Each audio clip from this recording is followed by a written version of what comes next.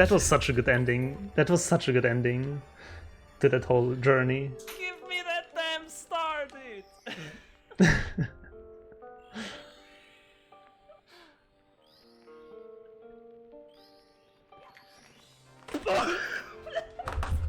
11 hours, 22 minutes, 43 seconds, dude.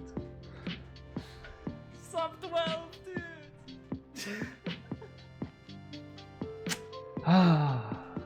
That was good, man. That was good. How much time did you think it was right before taking the mask? I honestly did not think about it at all. I was way too stressed. I lost completely track. How many viewers was it? 5,000 or something? 4,000? It was a big viewership peak of mine. Max viewers 4,300. Blindfolded 120 star SM64. 900 new followers. Average viewers 1,500. Earlier, I practiced. Yeah, but that's 1 year ago, man. It's crazy. And what have we achieved since then? Nothing. No, it's a joke. We achieved quite a lot since then. Routed lots of 16 star, lots of 70 star rerouted.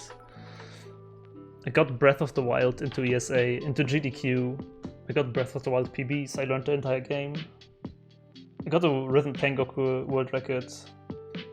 So, Q&A. I have collected, as I said, some questions from the community on YouTube and Discord, and let's quickly go over them. The first question from Kulti. Can't believe it's almost a year old. Congrats on that. My question is, looking back, do you consider your 120 star blindfolded run of Mario 64 to be your greatest achievement in your blindfolded career yet? Yes, definitely. I have done many blindfolded runs, also many long ones, like Nier Automata was a 10-hour run. Kingdom Hearts 1 and 2, 7 hours, 8 hours runs. But in terms of complexity, this is just insane. Like, this is such a difficult run, and it definitely will not be easily beaten anytime soon, I think. Next question is from Eva. I don't know if they're ordered in any way, by the way, just saying. How much easier would an all missions 90 star run be compared to 120 star? In 90 star you have to get 1 to 6 stars 1 to 6 in each main course, but you don't have to get 100 coins or the secret stages. So you would still need to get the red coin stars, which would do some troubles in some stages, like SL red coins is hard, THI red coins is hard. It would definitely be much easier. I can tell you that. Definitely much easier. SSL red coins would be a major problem. DDD red coins would be a pretty big problem. It's not a bad star, but it's annoying. SSL reds is, I think, the worst though. It's true, Nico. So yeah, much easier would be my answer to this one. The 100 coin stars are mostly the problems. Time estimates for 90 stars, I don't know, 5 hours. Another question from Eva. What was the most frustrating tilting star for you during this successful run? Definitely SL100. As we just saw in the rewatch, SL100 was just so painful to die with 98 coins and once with 75 coins. It's just so late into the run and you lose so much progress with it, and I was just so frustrated with it. So I think that's it.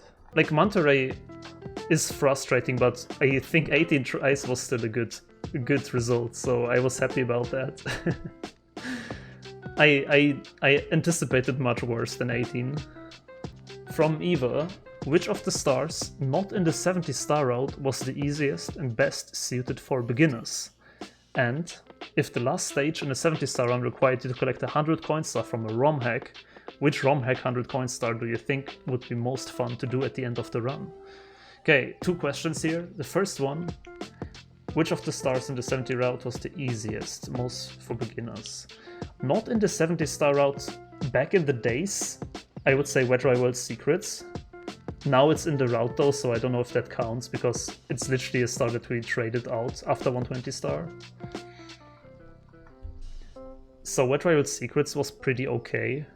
I think all the JRB stuff, I think JRB Eel is pretty nice. But you kind of cannot do it in 70 because it needs the cannon open. I think those two are good ones, really. Also, Worm's Fortress Reds is actually pretty okay. It's one of the stars I would consider even in 70 star these days. I think Worm's Fortress Reds we could get down to like a minute. And the ROM hack, I don't know, it's a very specific question at the end of a run. I would like something long and memey but safe. I don't know, there was, for example, it's not a traditional 100 coin star, I think, but I don't know in which hack that was. Maybe in To the Moon? There was like this like bonus stage where there was just like 100 separate coins in like a city with like lots of like bridges and stuff, and you had to like collect shitloads of coins like everywhere.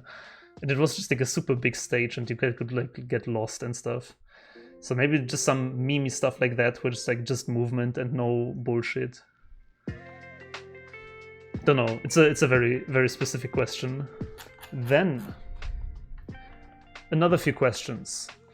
If we were trying to grind out Breath of the Wild all dungeons for a single day completion, do you think that would be likely easier or harder than 120 star? Seeing as both contain many mandatory and difficult sections, have a similar visual time, and feature some but not really great retriability. So all dungeons Breath of the Wild is 40 shrines and then the beasts, right? If I remember correctly. I don't really know many speedruns in Breath of the Wild. I cannot say because I haven't routed it or anything, but from how I imagine it, it would be much easier in Breath of the Wild by like a mile. All main quests requires 24. Then what is all dungeons? All shrines? All 120 shrines? That would be a bit more difficult, I guess. But still, I cannot imagine a single shrine in the game that is remotely close to any of the 100 coin stars in terms of difficulty. It would probably be just a long time to route. All 4 beasts plus Gammon. Okay, so you don't even need shrines. Then it would be much easier. Then it would be much easier, I think. The 4 beasts should be pretty doable and easy. The problem is probably the quests to activate them, if you cannot somehow skip them also. So I don't think it's remotely close to 120 star.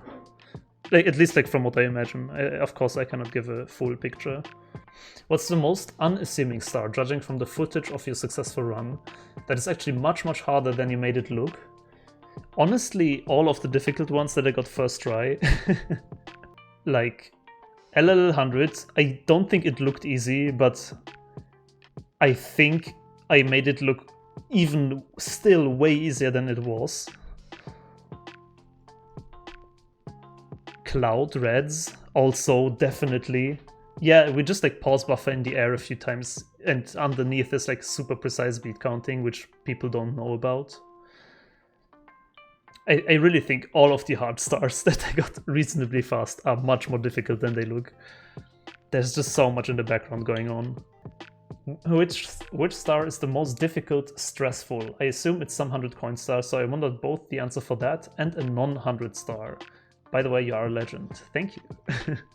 So, definitely most difficult and stressful LLL 100. There's also DDD 100 and Wincap Reds, but they are not as stressful as LLL. So in total, it's definitely Lethal Otherland 100 coins. Non-100 coin star, Wincap Reds, easy pick. Non-coin related star, if we speak strictly without any coins, probably DDD Manta Ray or DDD Chests. And if we talk about stars that don't require collectibles at all, the Rainbow Ride Castle is pretty difficult. With the Carpet Ride, the Long Carpet Ride is very difficult. The JRB Ship Star is pretty bad, but that's also collectibles. Cooper Race is also tricky, but mostly RNG. It's not really difficult to perform, it's mostly just random, which is also a part of difficulty, I guess, but... yeah, so these are some options. First, congratulations, time really flies fast. I know many blindfolded runners did SM64, but is SM64 DS able to run while blindfolded? I was just wondering. That's a good question actually, because I have tried SM64 DS, like off stream, like 2 years ago or something, or 3 years ago. And I started the game and it has just such a horrible camera. It has so bad camera controls that I instantly gave up. I think single stars, definitely possible, quite a few. So I think an any percent run from start to end, not really, but single stars I actually want to try. So later this year we'll still do a DS playthrough on stream as well as blindfolded stars, I can promise that. Can you tell us a few stars that ended up being easier than you thought they would be? Many of the 100 coin stars actually, as bad as that sounds, because if you have never done a 100 coin star, you think they are like so impossible. But for example, TTC and WOMS 100 are like pretty good and doable. They require lots of practice, but they are like definitely possible. Besides that, what was easier than I thought? I think in general things were rather more difficult than I thought, so not many. iRock? Yeah, iRock with the new strat. iRock definitely with the new strat. So yeah, I'm not really sure, but maybe some of the 100 coin stars were easier than I initially thought, at least. 120 stars blindfolded was a phenomenal achievement, once thought to be impossible. You are an outstanding figure in the community, almost too good to be real. My question is, do you think that with enough practice, a red suit and a law degree, you could become Daredevil? Well, first of all, thanks for the kind words, I appreciate it, of course. Second of all, I have to really disappoint you and probably some other fans. I have never seen, read, watched Daredevil, so I don't really know and can't catch the reference that well.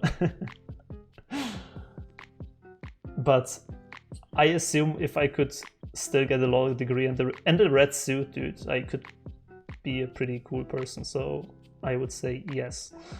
Is seriously someone else trying to beat that record? This is a unique record for decades. I think it will take quite a while for anyone else to want to try this and want to improve the time, especially also.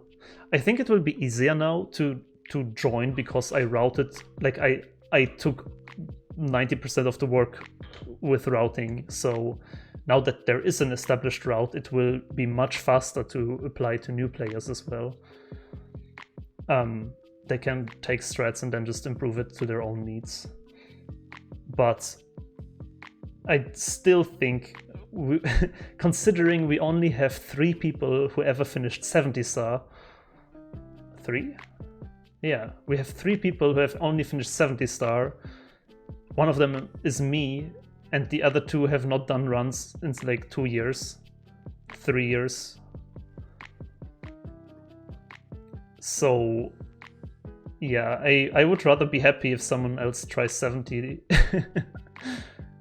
But yeah, I think, in my honest opinion, I think it will stand for quite a while. I don't think it will stand forever, nothing will in this world, so. Do you think if you play the game, but with the monitor covered, would be the same as a blindfold? That's the good old question of the blindfolded community always. I personally don't think it would be the same. We use the blindfolds on here for verification purposes mostly. So it's not only about that you cannot see the screen, but also for other people to believe you that you cannot see. Because yeah, if I play like this, like, and I point the camera at my monitor, it's okay, I can show that the monitor is off, but it would be so easy to like have notes on your table, a little monitor somewhere on the table, and nobody could see that. So I think it's a valid way of playing, but it's a different category of blindfolded. You would have certain advantages over being fully blindfolded, so I think it's just like a bit different. How far do you think the category can be pushed if you or someone else is dedicated enough? I answered this earlier. I think a human possible time would be a very good possible time for a human would be sub 10 hours. A best possible time, if you really talk about like a god run, would be 6 to 7 hours. Probably, yeah, maybe even like 5 to 6 hours, but probably like 6 to 7 more. That would be like all the goals of stage RTAs. What's setting 120 run apart from 70? Is it difficulty of a few stages, the length, or something entirely different? Do you see yourself ever running this again? Do I see myself running this again? Potentially. It all is a question of time, as I said also. Like, I like this category, I like the game. It's just such a time commitment, and I cannot just put another year on the line. Quite literally, I have too many other projects to do and that I want to do. And if I would run 120 now, it would be again a whole year of everyday 120 star practice, which for now I don't want, so maybe in the future, but I would need some time for sure. What's setting it apart from 70? That's a very, very good question, and a very interesting one in my opinion, because here's the deal why 120 star is so difficult. In SM64 blindfolded, we currently have around 75 stars, I would say, that are viable within like a relatively fast time. So it's not a big margin above 70. Everything after 70 star is already like, we don't have many other options to choose even from for different routes and stuff. So we are extremely lucky that 70 star is possible in such a fast manner as it is right now. If only a few stars less would be doable, then 70 star would be a mess as well. But because of that, we use all the easiest, fastest stars in 70, and everything that comes after 70 is just like increasingly exponentially in difficulty, length, bullshit, RNG, and all this stuff. So anything that is not in 70 included, you can think of is definitely gonna be pain. And yeah, like, that's the thing, especially the higher to the end you go, like 100 stars, okay, maybe doable in like a few hours. 110 stars, it really, think of an exponential curve. That's the difficulty of every single additional star that you need to get after 70. And the last, especially like the last 15 stars or so, you need to think the 100 coin stars. Every single star, like LLL 100, DDD 100, SSL 100, SL 100, these are stars that are like half hour long. And just compare it. Every single one star is longer and potentially harder than a whole 16 star run. So you need to learn basically 15 separate blindfolded speedruns plus 70 plus a few other stars. It's like crazy.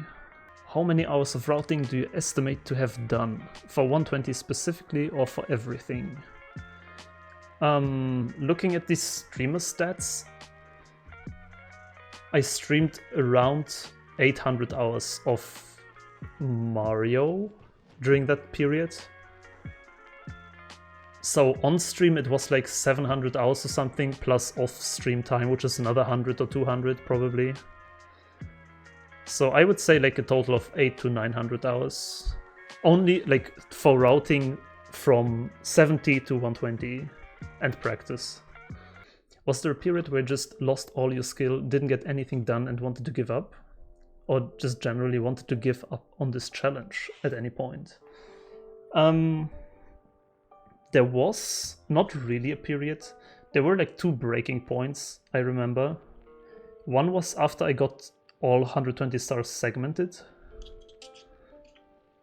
which there, because I had to make a decision, like, do I really commit to grinding this now for single segment?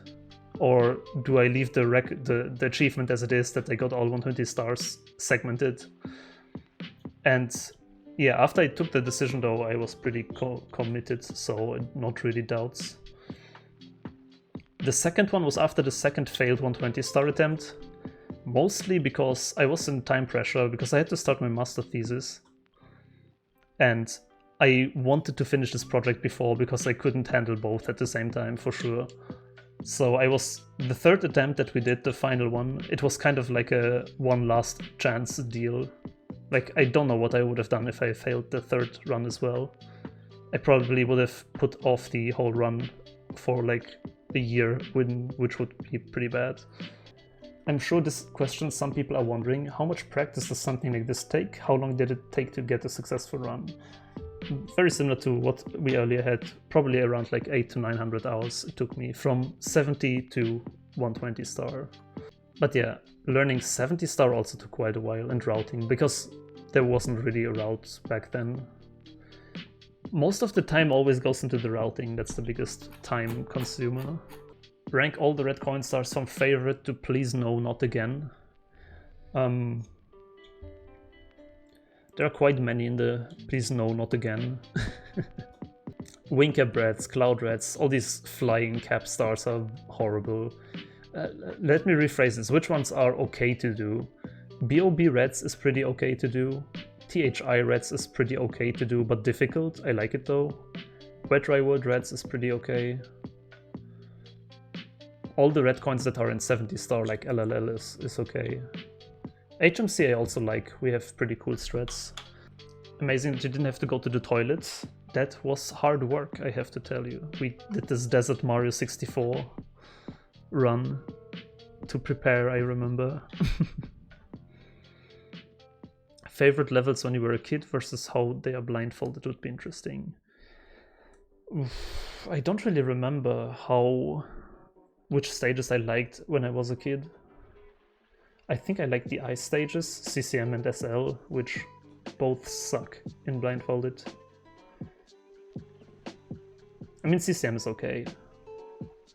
Kind of. Sometimes. SL is also okay in 70, but not at 120. So, cannot really tell you because I don't really remember, unfortunately. How do you know when to jump into TikTok clock? For me, the sound is the same for all quarters. We do it by resetting the whole time and always entering at the same time. So every time you load the area with the clock, it starts at a specific time and then continues from there. So we exit Rainbow Ride, get a star in Rainbow Ride exit, and then the timer always starts. And we from exiting the stage all the way until entering the clock, we always do the exact same movement and the exact same speed, so we always enter at the same time. Same with re-entering, we always wait the exact same time to re-enter. Are there statistics on your heart rate? Like what points were the peaks? That is interesting, there might be. So this is my heartbeat monitor app. Here's the world first. But why is, like, I don't know where I can see my... Yeah, cannot find it. 140 was at the end of LLL4 high value. 150. Yeah. Probably, like as Nico said, probably the end of the run, all the 100 coin star endings. Why did you want to do blindfolded runs? It all started with Runner Guy doing Ocarina of Time. 100% segmented. Blindfolded, and I saw him do like the tower escape sequence at the end of his challenge. He did like super cool setups with like side hop, backflip, side hop, camera turn, shield turn, and I found it a very cool way to play a game, so I kind of just found interest in it, and then one day I was bored, so I picked it up with SM64. It's a favorite 100 coin star, I bet it's DDD 100, yep. Probably TTC 100. I really like TTC 100, it's very fast paced. Worms 100 because it's easy. BBH 100 because it's also kind of easy. In terms of like special, I like Rainbow Ride. It has lots of crazy tech but it's a bit more difficult. If you could go back to before you started this project, what advice would you give past Bubzia? Have you learned anything important from that entire journey? Persistence is key. That is my wisdom that I gained. If you keep grinding at a thing, you will get it. Pre-ban Man of Steel, yes. Check your setup. It's true. I really didn't like this emote wall that I had, and because I absolutely didn't anticipate to get so many viewers that would spam emotes. So the end of the VOD is kind of clustered. So be prepared for all cases and maybe don't clutter your game feed with emotes, with widgets. But no, learned a lot, definitely. Bought many different things, but be determined and strong is important. Just curious, I never knew who was the guy with you at your Twitch banner. It's Zero. But yeah, it's a popular Japanese break the targets runner and smash melee. Not this Zero, not the American Zero, the Japanese Zero. It's a picture from RTA in Japan 2019. Begin with the most important one. What were the ingredients of the rice bowl? Rice, fried vegetables. I don't remember what exactly, like some cabbage, some carrots, onions, garlic, don't really remember. Some fried veggies, some spices, and then just fried rice. I don't think you were expecting to do this kind of run when you completed your first 16 star. No, I did not. So, when did you begin realizing this could actually be doable? I mean, even before you actually took the decision of doing it?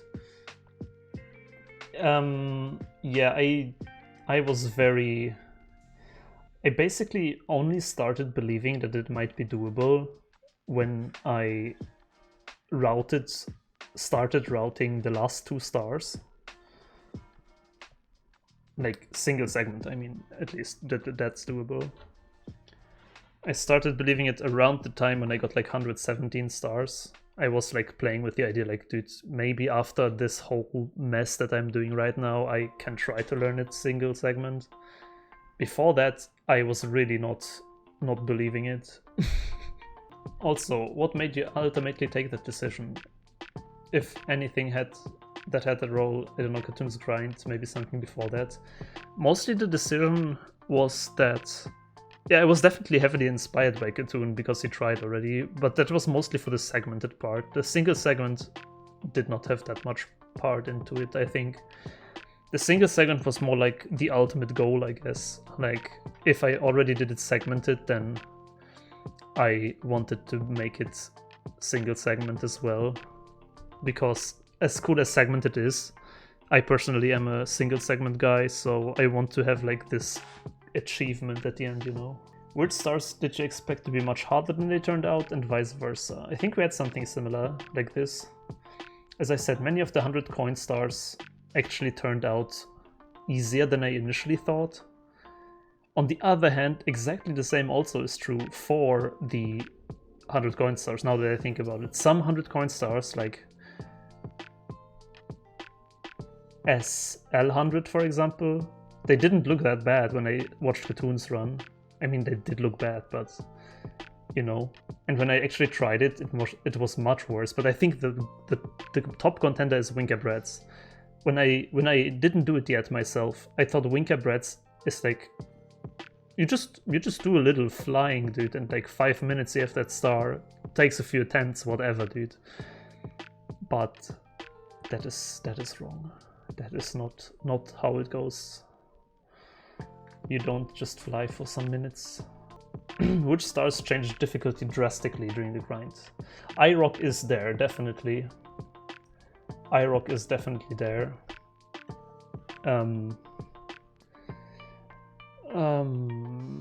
Many of the 100 coin stars got easier with time after I started stage RTAs. Cooper Race, I found many new strats over time. The eel, JRB eel, went really fast and easy at the end. How long were you expecting the grind to be at the end? To be at the beginning? But we're expecting the final routes document to be longer, shorter. Like, you mean expecting the grind to be like how long I route and stuff, like 1 year, 2 years? It was pretty much, I think I took a bit longer than I thought because I got stuck at routing in many stars.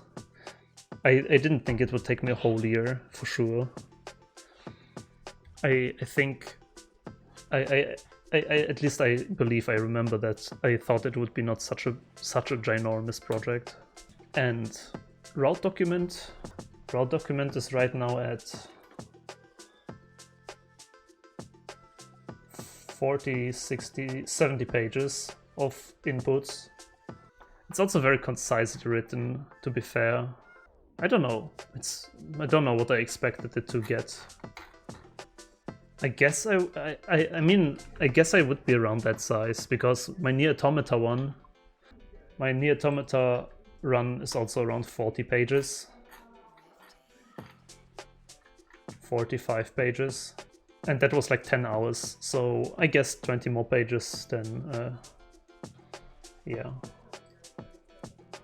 Around what I expected, I guess. SM64 major in speedrunning. Dude, this would be my thesis for sure.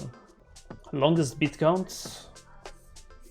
I do believe it is the Rainbow Ride Castle, but on the other hand I made it much shorter with techniques.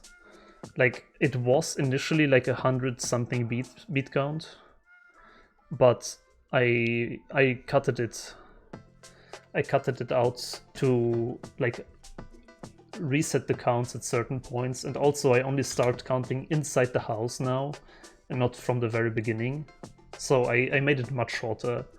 I think we only count like maximum 30 to 40 beats. The CCM slide is also not that long because I also cut it in many small sections. So there's not really any long beat count. Yeah, Fire Sea. Honestly, Fire Sea might still be the longest beat count. It's just one fluid thing in Fire Sea. Did Mokka like 120? Yes. What was the easiest part, or which part was way easier than you thought? Which level star were you scared of? Again, same answer. DDD 100, LLL 100, Wing Up Rats I was scared of. Cloud Rats, always the same stars. The easiest part, what was easier than I thought? Nothing was really easy, to be completely honest. So, Worms 100 was pretty free. iRock at the end, yeah, it's hard to question. Like, yeah, we also had something very similar, it's true. For a while, 120 was thought of as impossible, or at least highly unlikely. However, over time, strats were developed for each star. While working on 120, was there any particular strat that stands out to you as more significant than others? Either a strat to make a star possible, or to make the run more easily and reliably achievable? Also iRock, but I actually, for this question, I have a different answer, because I think the biggest strat that changed something, or like the most important strat, is, but I think one of the biggest strats I found in this entire time for Mario is the jumping fish normalization in DDD chests. I am trying to search because probably many of you don't know what I'm talking about. So here it is. So basically I made a technique to normalize in the first area of DDD, and this is used in 100 coins and in chests. So basically, because these are slopes, you can do slope jumps, and you can bonk on certain walls. You can bonk on certain walls with certain camera manipulations, and with this you can 100% consistently normalize in DDD. And I think this is something that's like so unique, and this really helped with the difficulty of DDD 100 and DDD chests. So I think this is a pretty significant strat, because you just jump until you bonk, and then you are confirmed in the corner. So this is a pretty creative strat. Otherwise, yeah, there are like many tiny strats. Was everything a no normalization hardcore thing before that? Kind of. I believe so. like you had to get the good angles on the swims and then do everything without normalization. I believe that's what Cartoon also did. Would you improve the way of teaching blindfolded gaming for newcomers? So, how to teach new people? I don't know. Like, while doing 120 did not really improve per se, I guess. I definitely would start with easy things and then gradually don't throw a new person 200 coins. That would not be productive.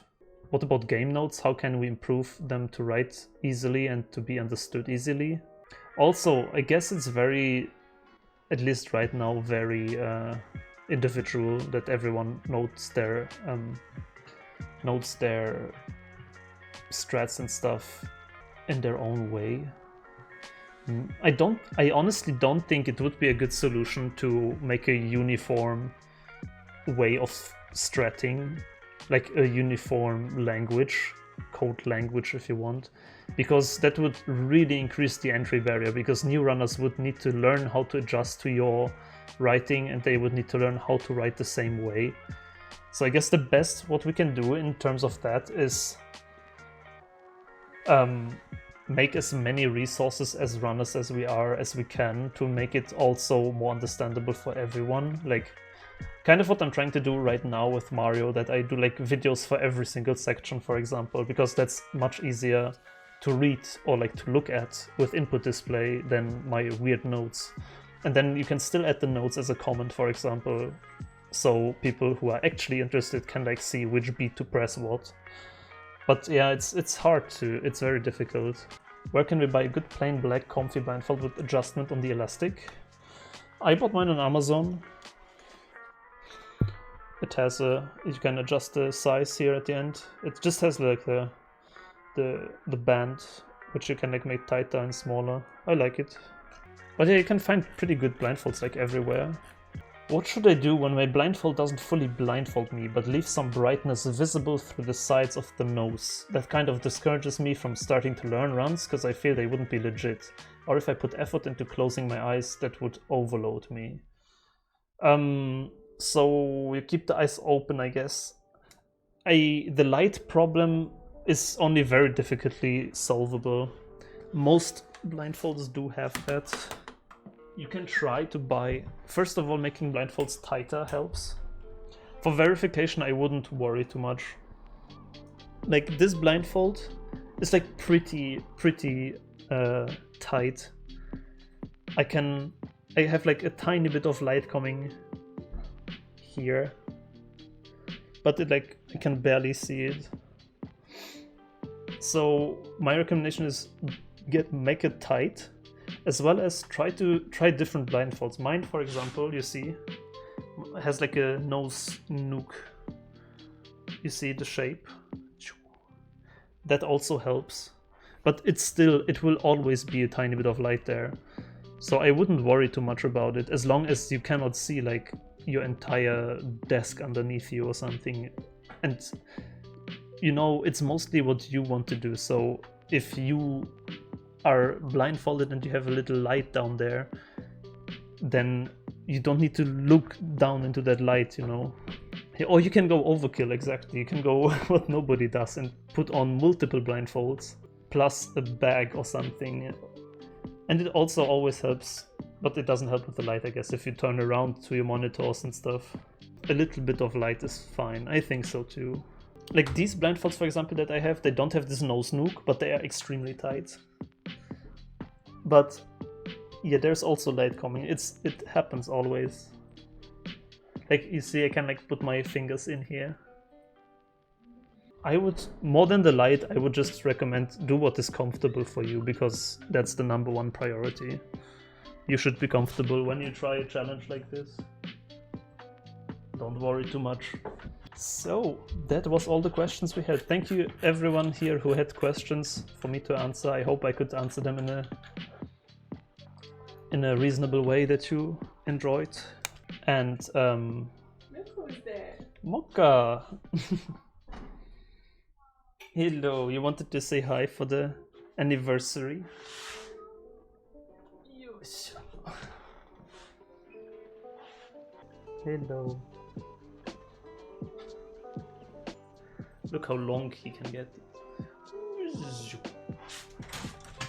Whoa, monk.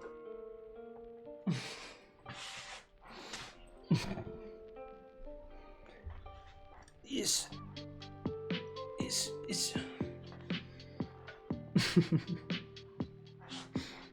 But yeah, if you have any other questions still right now, you can ask them in chat. How did you initially get into speedrunning and later into blindfolded speedrunning? So it's kind of weird because I kind of started with blindfolded speedrunning before I was in any speedrunning community.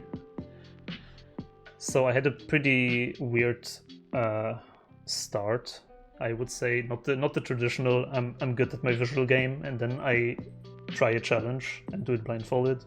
So how it started is I watched a speedrun of Cheese05 doing Mario 64 on some GDQ on YouTube on a VOD I watched randomly one day with like my bro.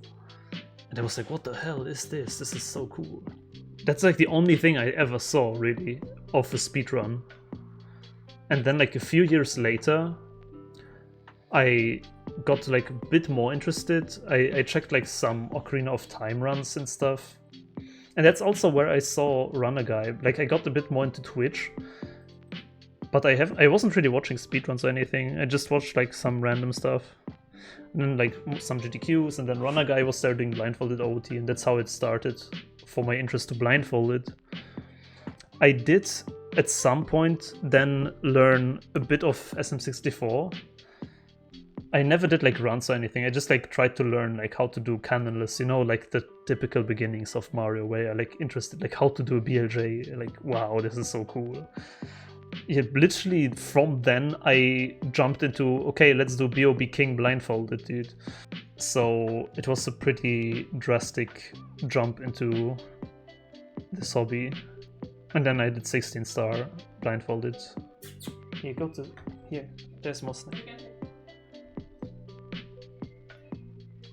Wait, here.